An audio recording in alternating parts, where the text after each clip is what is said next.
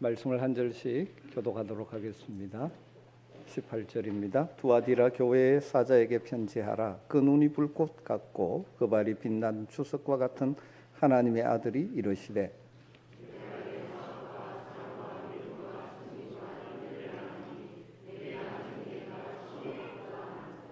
그러나 내게 책망할 일이 있노라. 자칭 선지자라 하는 여자 이세벨을 내가 용납함이니 그가 내 종들을 가르쳐 꿰어 행음하게 하고 우상의 제물을 먹게 하는도다.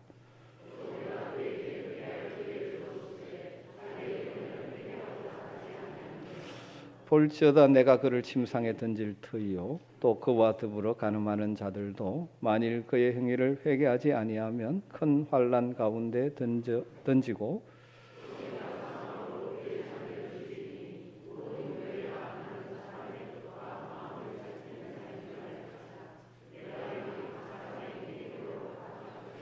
두아디라에 남아 있어 이 교훈을 받지 아니하고 소위 사탄의 깊은 것을 알지 못하는 너희에게 말하노니 다른 짐으로 너희에게 지울 것은 없노라. 이기는 자와 끝까지 내 일을 지키는 그에게 만국을 다스리는 권세를 주리니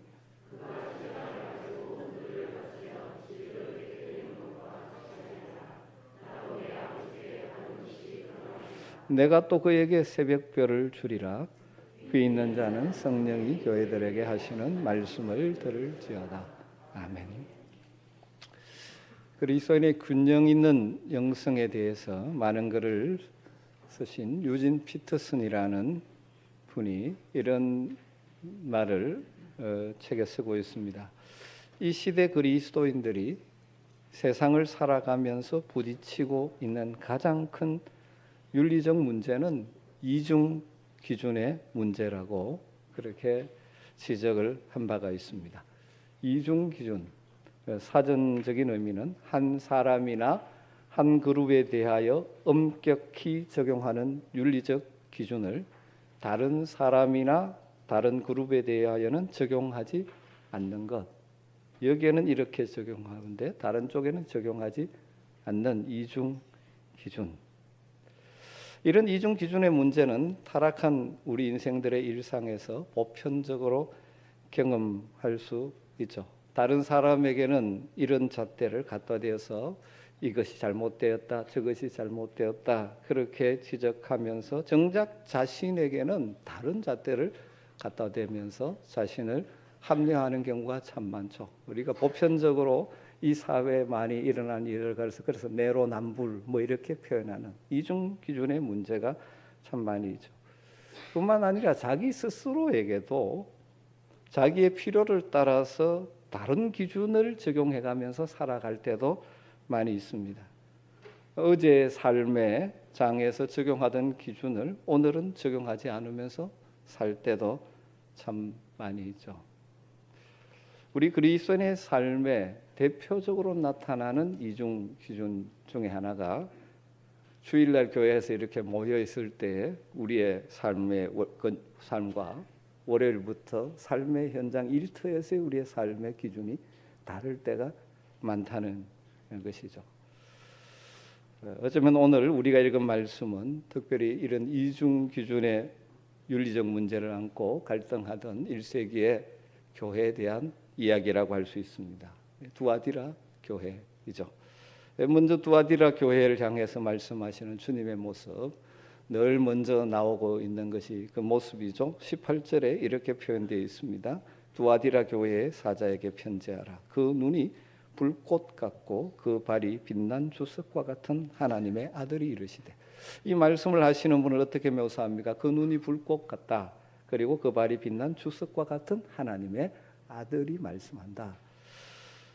어떻게 보면 이 요한계시록 2장 3절에 나오는 소아시아 지기 7교회에 나타난 모습 가운데 가장 엄격하고 단호한 모습으로 지금 나타나고 계신 것 같습니다. 그 눈이 불꽃 같다는 것이 어떤 의미일 것 같습니까? 이 표현은 요한계시록에 있는 상징적인 언어들을 많이 사용하는데 우리 주님은, 우리 하나님은 우리 인간의 모든 것을 꿰뚫어 보고 계시는 분, 통찰하고 계시는 분이라는 그림 언어라고 이해할 수 있습니다.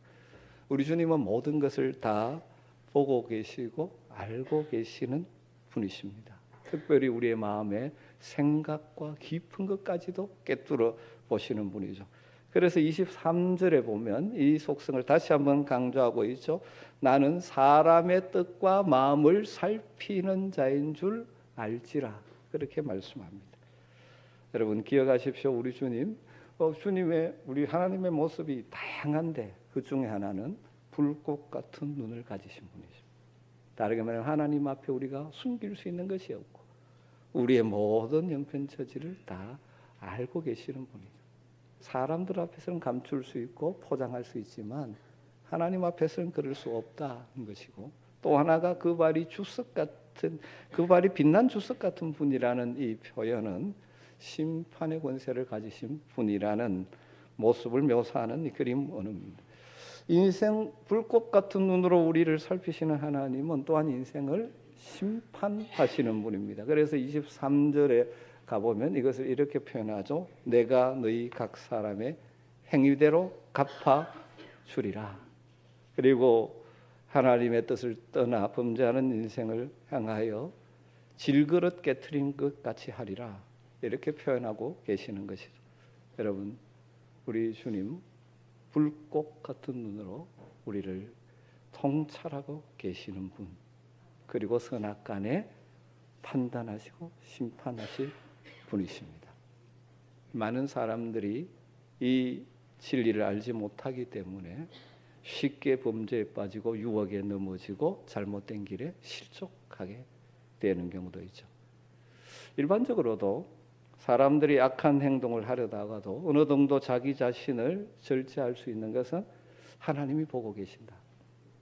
이러다가 하나님 앞에 벌 받지, 이런 생각이 들면 절제하게 되어지죠. 그러나 반대로 하나님이 없다고 생각하는 사람들은 아무런 양심의 거리낌 없이 스스럼없이 악한 행동을 행할 수가 있습니다. 그래서 러시아의 소설가 도스토옙스키는 이런 말이 남겼습니다. 만약 하나님이 참으로 존재하지 않는다고 확신만 한다면 사람들은 못할 짓이 없다. 여러분, 어쩌면 이 시대가 더 악해지는, 전에 볼 수 없던 악행들이 더 많아지는 이유 중에 하나가 뭘까요? 하나님을 없다라고 생각하는 사람들이 많기 때문입니다. 여러분, 그러나 우리는 분명하게 알아야 합니다. 우리 주님은 불꽃 같은 눈으로 지금도 우리를 살피시는 분이십니다. 그리고 장차 선악간에 심판하실 것이라고 말씀합니다. 날마다 이 주님 앞에 서는 성도들이 되시기를 주님으로 축복합니다. 우리의 삶이 결코 어긋난 길로 가지 않을 것입니다. 하나님 우리를 너무너무 사랑하시는 분이지만 또 한편 하나님은 공의로운 하나님이십니다. 여러분, 이 사실을 다시 한번 기억하시면 좋겠습니다. 그러면서 두아디라 교회 성도들을 향하여 칭찬하는 말씀을 그 다음에 주고 있죠. 두아디라라는 도시는 우리가 지난주 버가모를 살폈는데 버가모로부터는 한 65km 정도 남쪽으로 떨어진 도시로서 지도 보여주시겠습니까? 버가모와 사대를 연결하는 이 도로선상, 로마의 그 당시 중요한 도로선상에 있는 도시입니다. 우리가 에베소, 스무나, 버가모 올라갔다가 오늘 두아디라, 사대, 빌라델피아 이렇게 쭉 돌게 되겠습니다. 여러분, 그런데 이 두아디라라는 도시는 저 7개 도시 가운데서는 규모가 가장 작은 도시입니다. 현재는 아키사르라는 이름으로 불리는 도시, 현재도 사람들이 살고 있는 도시인데 한 6만 정도의 작은 마을 도시입니다. 우리가 이제 초대교회 현적들을 살피려고 이제 터키 지역을 갈 때는 이 지역을 가면 6세기의 비잔틴 시대 기독교가 왕성했을 때, 이 선지했을 때는 사실 건물들은 없었죠. 왕성했을 때 건물들이 있었는데 그것이 지금은 무너져 있는 흔적들을, 저런 것들을 좀 보게 되는 것이죠. 투아디라 교회는 쉽게 말하면 작은 도시에 존재하는 규모로서는 작은 교회입니다. 그런데 이 요한계시록 이 말씀을 보면 이 작은 교회에 주시는 메시지가 7교회 중에 길이가 제일 길다는 사실이 또 저에게는 다가옵니다. 칭찬도 많고 책망도 아주 강하게 하고 계십니다. 우리 주님은 교회가 크냐 작으냐가 큰 관심이 아니신 것 같습니다. 정말 그 교회가 어떤 교회를 이루고 있느냐, 그리고 그 교회가 어떤 교회가 되기를 원하시는가 하는 것이 우리 주님의 주된 관심이죠. 이 세상에는 교회가 규모가 크면 그런 교회 다니면 마치 자기가 뭐 큰 사람 된 것처럼 착각하는 경우가 종종 있죠. 주님은 그렇게 보시지 않습니다. 자, 그렇다면 주아디아 교회를 보면서 우리 주님 어떤 칭찬을 하고 계십니까? 19절을 보면 짧지만 아주 대단한 칭찬을 하고 계십니다. 내가 내 사업과 사랑과 믿음과 섬김과 인내를 아노니 내 나중 행위가 처음 것보다 많도다. 여러분, 짧지만 우리 기독교 신앙에서 너무나 소중하게 여기는 가치들을 담고 있는 단어들이 5가지나 저기 들어가고 있습니다. 사업, 사랑, 믿음, 섬김, 인내. 여러분, 이 교회 성도들에게는 믿음이 있었습니다. 그래서 그 믿음이 뭘로 나타났습니까? 섬김으로 나타났고 서로 사랑하는 것으로 나타났고, 믿음과 섬김의 과정에서 여러 가지 어려움이 있었지만 그것을 인내로 잘 극복하면서 살아가고 있다는 것입니다. 특별히 에베소 교회 성도들을 잃어버렸다고 책망받은 사랑이 그들 가운데는 있습니다. 뿐만 아니라 여기에 한 걸음 더 나아가서 이런 헌신과 사랑이 있었기 때문에 주님을 위한 활발한 사업, 일들을 열심히 하고 있다는 것입니다. 구체적으로 이들이 한 사업이 어떤 것인지는 우리가 알 수 없지만 뭐 선교든지 구제든지 주님의 뜻을 따라서 하는 이 일들, 사업들을 굉장히 열심히, 그것이 주님 기뻐하시는 일이라면 기쁨으로 감당하는 교회였다는 것이죠. 얼마나 아름다운 교회입니까? 그런데 그것보다 또 더 놀라운 것은 이렇게 하는 것이 처음보다 더 나중이 더 지금 뭡니까? 나은 교회로 나가고 있다는 것이죠. 내 나중이 처음보다 나음이라. 여러분, 사실 다 기대하고 소망하지만 갈수록 더 좋아지는 것은 말처럼 쉽지 않지 않습니까? 우리 가운데도 그렇죠. 처음 주님 은혜 받고 열심히 주님을 위해서 헌신하다가 시간이 지나면서 그 섬김의 질이 점점점 약화되는 경우가 참 많지 않습니까? 그런데 두아디라 교회는 달랐다는 거죠. 처음보다 나중이 점점 나아지고 있다. 여러분 이 말씀 보면서 우리에게도 이런 소망이 있어야 하지 않을까요? 처음보다 나중이 나은 믿음, 섬김이 우리 가운데 있으면 좋을 것 같습니다. 사도 바울은 디모데전서 4장 15절에서 이 모든 일에 전심전력하여 너의 진보를 모든 사람에게 나타내라, 이렇게 도전한 적이 있습니다. 여러분, 점점 더 발전하는 것, 더 풍성해지는 것, 이건 아름다운 것이고 하나님도 원하시는 것입니다. 종종 우리 가운데 자꾸 옛날 이야기하는 사람이 있죠. 옛날에 내가 이랬는데, 그때는 이랬는데. 여러분, 옛날에 잘 믿고 잘 섬겼으면 못합니까? 지금 잘 믿고 잘 섬겨야 하는 것이죠. 교회도 마찬가지입니다. 옛날에 이랬는데 교회로 되면 안 되죠. 세월이 가면 갈수록 더 아름다운 게 건강한 교회, 주님 기뻐하시는 교회, 사랑이 더 풍성해지고 더 큰 믿음으로 섬기고 책망할 수밖에 없는, 그것도 아주 강력하게 책망할 수밖에 없는 일들이 벌어지고 있었습니다. 그것이 20절 말씀이죠. 그러나 내게 책망할 일이 있노라. 자칭 선지자라 하는 여자 이세벨을 내가 용납함이니 그가 내 종들을 가르쳐 꿰어 행음하게 하고 우상의 제물을 먹게 하는도다. 자칭 스스로가 선지자, 그러니까 하나님께 신비한 계시를 받았다라고 하면서 굉장히 영적이라고 하는 한 여자가 있었는 것이죠. 그런데 그를 용납해가지고 그 여인이 영향력을 미쳐서 그들의 그 가르침에 넘어가서 성도들 가운데 일부가 행음에도 빠지고 우상 제물도 먹는 일들이 일어나고 있는데도 너희들이 그것도 모르고 살았냐, 이런 이야기가 되겠죠. 여러분, 자칭 선지자라고 하는 이세벨이라는 여인이 문제였다는 것이죠. 여러분, 이세벨은 대부분 다 알죠. 구약에 나오는 이스라엘 백성들을 범죄와 타락으로 몰아갔던 대표적인 악한 여인이죠. 원래 시돈 왕 엣바알의 딸이었는데 이스라엘의 7대 왕인 아방과 결혼해서 왕후가 되었고, 이세벨이 하나님만 섬겨하는 이스라엘 백성들의 마음을 미혹해서 바알 신을 섬기게 만들고 바알 종교로 말미암는 여러 가지 타락들이 가득 차게 되는 일들을 만든 것이죠. 그리고 뿐만 아니라 하나님의 선지자들을 죽이기도 하고 심지어 엘리야 목숨까지 빼앗으려고 했던 여인, 또 그렇게 영향력을 미칠 수 있었던 것은 능력이 있었겠죠. 다양한 모략과 이 정치적인 수단을 동원했던, 그래서 남편인 아방을 사로잡고 백성들의 마음을 움직였던, 그래서 타락으로 몰고 갔던 여인. 그래서 구약의 이세벨은 언제나 음행과 술수의 대명사로 불리는 악한 여인이죠. 그런데 이 두아디라 교회 안에 이런 이세벨과 같은 여인이 있었다는 것입니다. 그런데 그것을 용납했다는 것입니다.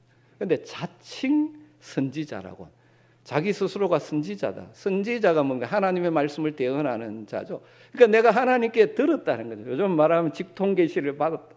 그래서 하나님 말씀은 이것이다라고 이야기하며 가르치는 자인데, 그러나 공적으로는 자칭이니까 인정하지 않은 지도자인데 실제로는 이 신적인 능력이 있는 것처럼 착각하게 만들면서 교회에 강력한 영향력을 미치고 있는 것이죠. 무엇이 이 여자로 하여금 그러한 능력이 있게 했는지는 모르지만 어떤 매력이 있었는지, 그 말솜씨가 아주 설득력이 있었는지, 아니면 경제적으로 부유해서 교회 물질을 많이 갖다 바쳐서 영향력을 미치고 좌지우지했는지는 모르지만 두아디라 교회 일부 지도자들과 일부 성도들이 이 여인에게 속아 넘어갔다는 것이죠.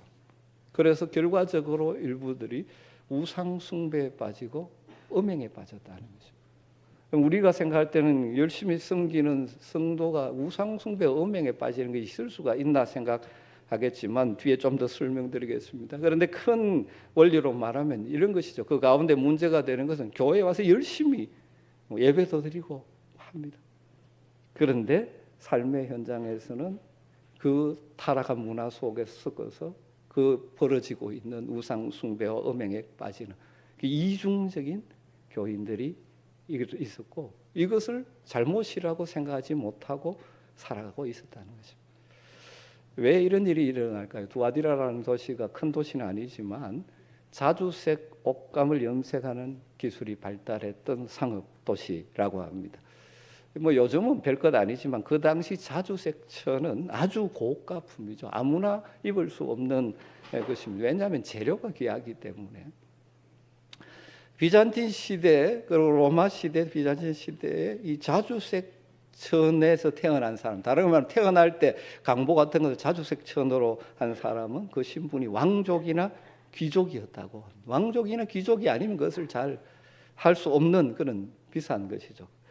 사도행전 16장에 등장하는 빌립보에서 바울에게 복음을 듣고 헌신했던 선교 동력자가 되었던, 자기의 집을 내고 동력자가 되었던 루디아가 원래 두아디라 출신이죠. 근데 빌립보에 와서 자주색 천을 장사하는 그런 무역. 그래서 그 당시 이 두아디라는 경제적으로는 굉장히 부유한 도시였습니다. 그런데 이 두아디라의 또 하나의 특징이 뭐냐면 길드라는 요즘식으로 말하면 동합조합이 굉장히 발달한 것이죠. 그 장사들끼리 같은 이 동업조합을 만들어요. 그래서 이곳에서 장사를 하려면 동업조합에 가입해야 되고, 가입하게 되면 절기마다 장사가 잘 되기를 기원하는 의미에서 조합원들이 함께 지내는 신전제사에 참여해야만 했다는 것이죠. 특별히 이제 두아디라의 주된 신이 아폴로 신인데, 아폴로 신전에 가서 제사를 드리는 일에 참여할 수밖에 없죠. 거기 제사 속에는 술을 마시고 우상에게 바쳐진 제사 음식을 같이 먹고, 그리고 심지어는 신전 여사제들과 음행까지 가는 일들이 이어지는 것. 고대 그 종교들이 다 그런 순서로 이루어져 있죠. 그러다 보니까 우리 이 버스니스트를 보면 늘 우상 숭배, 음행 이것이 계속 다루어지고 있죠. 믿는다고 하는데 계속 이게 문제가 되는 것이죠. 여러분, 상황이 이렇다 보니까 이 두아디라 교인들이 얼마나 이 내적인 갈등이 크겠습니까? 다 돈을 벌어야 되고 경제 활동을 해야 되니까 조합에 들어가야만 합니다. 그렇지 않으면 경제적으로 풍요하게 살 수가 없습니다. 그렇다고 해서 신전제사와 또 음행에 동참할 수가 없는 것 아닙니까? 그래서 갈등하며 힘들고 있는데 이 이세벨이라는 선지자가 소위 내가 하나님께 받았다라고 가르치면서 그들의 마음을 편안하게 해주는 겁니다. 구체적인 가르침이 어떻게 주어졌는지는 정확히 알 수 없지만 추정컨대 그 당시 사회 유행하던 헬라의 존재론적 이원론을 가지고 와서 영은 선하고 육체는 악하다는 이 원리와 이 성경의 말씀을 짬뽕하면서 이제 가르치는 거죠. 우리가 영으로 이미 구원받은 것 아닌가? 우상, 눈에 보이는 우상 사실은 아무 신도 아니지 않느냐? 우리가 그 앞에 가서 뭐 절한다고 해서 뭐 달라지냐? 마음만 아니면 되지. 뭐 이런 것이죠. 특별히 이제 헬라 이원론적인 가치관이 되면서 영으로 이미 구원받았기 때문에 몸으로 하는 일은 그렇게 중요하지 않다라고 가르치는 것이죠. 좀 현대적으로 이것을 표현해 보면 이렇지 않을까요? 이런 식이죠. 여러분, 우리가 이 세상 속에 살아야 하지 않습니까? 또 우리 예수 믿는 사람들이 이 세상에서 성공해야 되지 않겠습니까? 조합원이 돼서 신에게 절한다고 해서 정말 우리 마음으로부터 하나님을 배신하는 것입니까? 마음만 있으면 되지 않습니까? 그렇게 해서 번 돈으로 더욱 열심히 하나님 섬기고 교회 섬기고 그런 일 하면 되는 것 아닙니까? 그런 것이죠. 두아디라 교인들이 유혹에 빠져들었고 그래서 주일에는 모여서 열심히 예배도 드립니다. 그런데 일터에 가서는 세상의 방식으로 그들의 가치관으로 그들과 똑같이 살아가는 것입니다. 같이 술 마시고 우상 숭배 자리도 가고 심지어 음행의 자리도 빠지는 거예요. 그러면 스스로 합리하는 것이죠. 우리가 살고 있는 이 시대에는 뭐 좀 다른 측면이지만 이 시대 성도들도 사실은 비슷한 상황 속에 살아가는 것 아닙니까? 어쩌면 저처럼 목사로 살아가는 사람은 쉬울지 모르지만 여러분들처럼 일터 속에서 직장 속에서 사업 현장 속에서 믿음의 원리로 살아간다는 것 결코 쉽지 않은 시대에 여러분을 살아가고 있지 않습니까? 여러분 직장에서 인정받고 승진하려면 그 직장 문화에 여러분 잘 적응해야 되는 것 아닙니까? 그런데 그 직장 문화 속에는 그리스도인으로 수용하기 힘든 일들이 종종 있지 않습니까? 그렇기 때문에 그것 때문에 갈등하고 고민할 때도 있죠. 그러다가 어떤 분들은 아주 편하게 삶을 정리하는 거죠. 이중 기준으로 살아가는 것입니다. 주일날은 경건하게 예배하고 하지만 월요일부터 토요일은 전혀 다른 세상의 가치관에 동조하며 같이 빠져 살아가는 것이죠. 그리고 이중 기준으로 살아가는 것이죠. 심지어 그렇게 사는 것이 뭐가 잘못되냐? 세상 속에서 사는데 어쩔 수 없지 않느냐? 우리의 마음만 바뀌지 않으면 되는 것 아니냐라면서 미화하면서 그렇게 살아가도 된다고 가르치는 이 시대 이세벨들도 존재하지 않습니다. 그런데 오늘 말씀을 보면 우리 주님은 이런 이중 가치와 이중 기준으로 사는 것을 참으로 싫어하신다는 거예요. 그래서 아주 강력하게 책망하시고 회개할 것을 촉구하시고 경고하고 계십니다. 그래서 회개하라고 말씀하면서 아주 강력하게 말씀하죠. 22절 23절을 보십시오. 볼지어다 내가 그를 침상에 던질 터이요 또 그와 더불어 간음하는 자들도 만일 그의 행위를 회개하지 아니하면 큰 환난 가운데 던지고 또 내가 사망으로 그의 자녀를 죽이리니. 여러분, 아유, 주님이 이렇게 무섭게 말씀하실 수 있나 싶을 정도로 말씀하지 않습니다. 그를 침상에 던진다. 침상에 던진다는 말이 뭘까요? 침상에 누가 못 일어난다는 거예요. 병에 걸려 자리에 눕게 만들겠다. 쉽게 말하면 그 자리에서 회개하지 않으면 건강을 치시겠다. 그런 의미죠. 더불어 간음하는 자들도 만일 그의 행위를 회개하지 아니하면 큰 환난 가운데 던진다. 큰 환난이 너희 앞에 다가올 것이다. 이 어려움을 피하고 그냥 편하게 살려고 그 길을 가는데 그 길이 편한 길이 아니고 계속 그 길을 가면 하나님을 모르는 자라면 주님 그냥 마지막 심판 때까지 둘지 모르지만 돌아오기를 원하기 때문에 하나님께서는 그의 삶에 큰 어려움을 겪게 하셔서 어떻게라도 돌리기를 원하시기 때문에 그 환난이 기다린다는 거죠. 그리고 마지막은 더 어떻게 보면 심각합니다. 뭐라고 말합니까? 내가 사망으로 그의 자녀를 죽이리니 그러죠. 자녀를 친다는 것이죠. 이만큼 우리 주님이 이걸 싫어하신다는 거예요. 회개하고 돌이키라는 것이죠. 강력하게 지금 말씀하시죠. 그러면서 우리 주님이 이세벨의 교훈을 따르지 않고 끝까지 믿음의 원리를 지키고 거룩함을 지키는 성도들에게는 두 가지를 약속해 주시죠. 26절에는 이렇게 말합니다. 이기는 자와 끝까지 내 일을 지키는 그에게 만국을 다스리는 권세를 주리니. 주님의 말씀을 지키며 악과의 싸움에서 승리하는 자들에게는 만국을 다스릴 통치권을 주신다고 말씀하시고 28절에는 내가 또 그에게 새벽별을 주리라 약속합니다. 새벽별이 무엇을 의미합니까? 여러분, 새벽별은 우리 주님 예수님을 의미하지 않습니까? 주님의 말씀을 붙들고 신앙의 순수성을 지키는 사람에게 주님 자신을 주신다는 거예요. 그러니까 주님이 그 삶의 현장에 지금 어렵다 할지라도 새벽별 대신 주님이 내 삶, 우리의 삶 가운데 함께 해주신다는 겁니다. 동행해 주신다는 것입니다.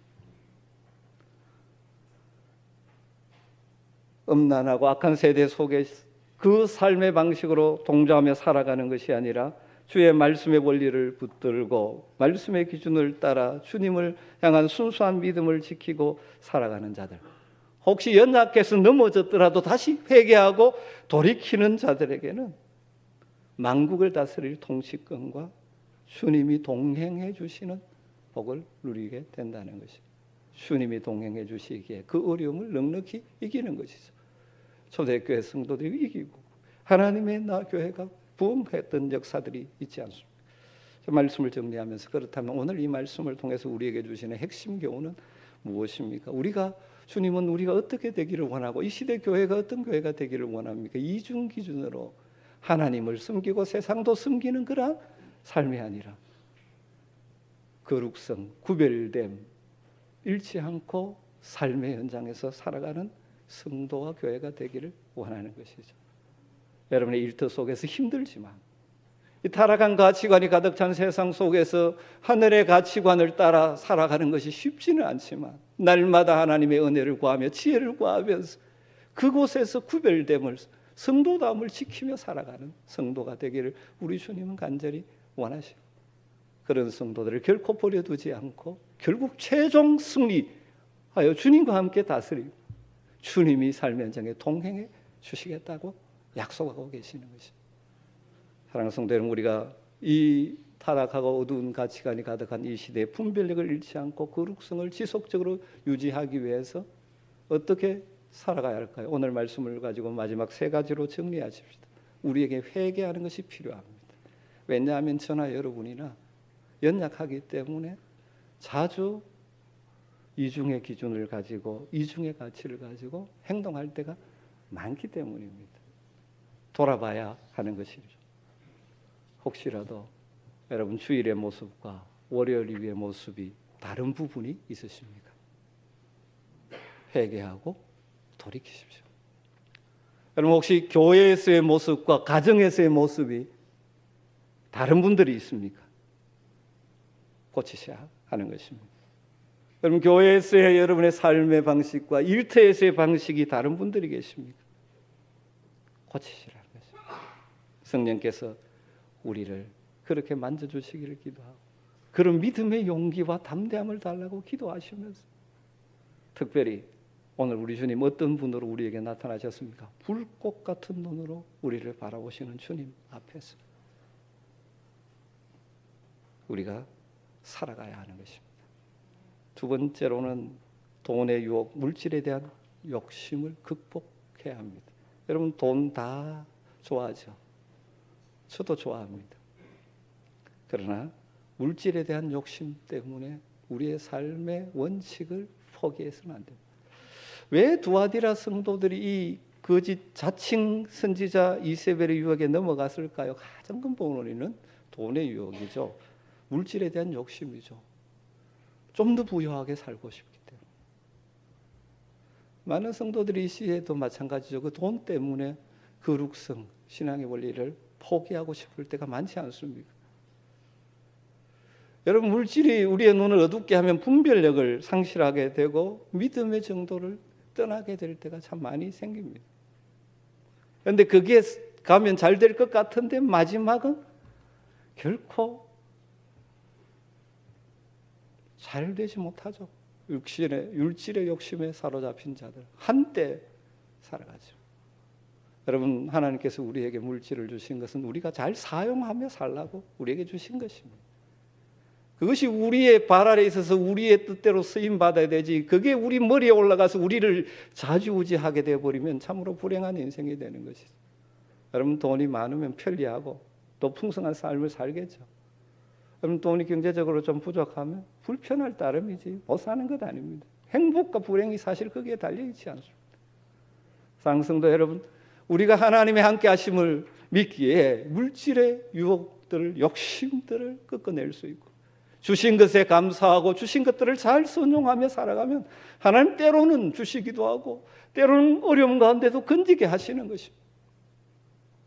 마지막 중요한 것은 어떤 상황에도 신앙의 원리를 굳게 붙잡아야 한다는 것입니다. 특별히 이 두아디라 교회에 이 이세벨의 유혹에 넘어가지 않고 있는 성도들이 있죠. 그들에게 주님 말씀합니다. 그래서 다른 집 너에게 지울 건 나 없다. 그러면서 25절에 다만 너희에게 있는 것을 내가 올 때까지 굳게 잡아라. 굳게 잡아라. 이미 주어진 믿음의 원리를 따라 사는 삶, 어렵지만 그렇게 살려고 하는 삶, 그거 굳게 잡아라. 그럼 내가 너를 붙들어 줄 것이다. 말씀을 정리하십시다. 우리가 살고 있는 이 시대는 타락한 세상에 가치관이 가득 차 있기 때문에 그 속에서 우리가 믿음의 원리로 살아낸다는 것이, 제가 이렇게 큰 소리 치지만 쉽지 않은 건 사실이지 않습니다. 그러다 보니 우리는 자꾸 이중 기준으로 살아서 편하게 신앙생활을 하려고 하기가 쉬운 것입니다. 또 그렇게 하는 것을 합리화하면서 살아가기가 쉽습니다. 여러분, 우리의 주일의 삶과 평일의 삶이 모두 하나님이 기뻐하시는 예배가 되도록 힘쓰는 저와 여러분 될 수 있게 되기를 주님으로 축원합니다. 주일날 예배를 통해서 은혜를 받고 삶의 현장에서 무슨 일을 하든 죽게 하든 주님 앞에서 살아가는 여러분의 하는 일이, 여러분이 주어진 능력과 은사를 사용하여 하는 그 일이 하나님을 올려드리는 예배가 되어진다면 얼마나 복 있는 삶일까요? 물론 쉽지 않습니다. 그러나 불꽃 같은 눈으로 지금도 우리를 지켜보고 계시는 주님을 의식한다면, 그리고 마지막 날 선악간에 심판하실 주님이 계신다는 것을 믿는다면 우리는 거룩한 삶, 구별된 삶, 말씀의 원리를 따라 살아가는 삶을 살아갈 수 있지 않을까요? 그렇게 살아갈 때 우리 주님, 장차 우리로 하여금 주님과 함께 최종 승리를 얻어 왕노릇하게 주실 것입니다. 새벽들 되신 주님이 우리의 삶의 현장에 함께 하시고 동행해 주실 것입니다. 기도하겠습니다. 하나님 감사합니다. 오늘도 두아디라 교회를 통하여 향하여 하시는 말씀을 통하여 우리에게 주시는 주님의 음성을 듣습니다. 타락한 가치관이 가득한 이 세상 속에서 성도로 살아가는 것이 결코 쉽지 않지만 우리와 함께 하시는 주님 의지하면서 한 걸음 한 걸음 불꽃 같은 눈으로 우리를 지켜보시는 주님 앞에서 하루하루를 살아감으로 우리의 인생이 정말 하나님 보시기에 부유한 인생, 복된 인생 되게 하여 주시옵소서. 예수님의 이름으로 기도드리옵나이다. 아멘.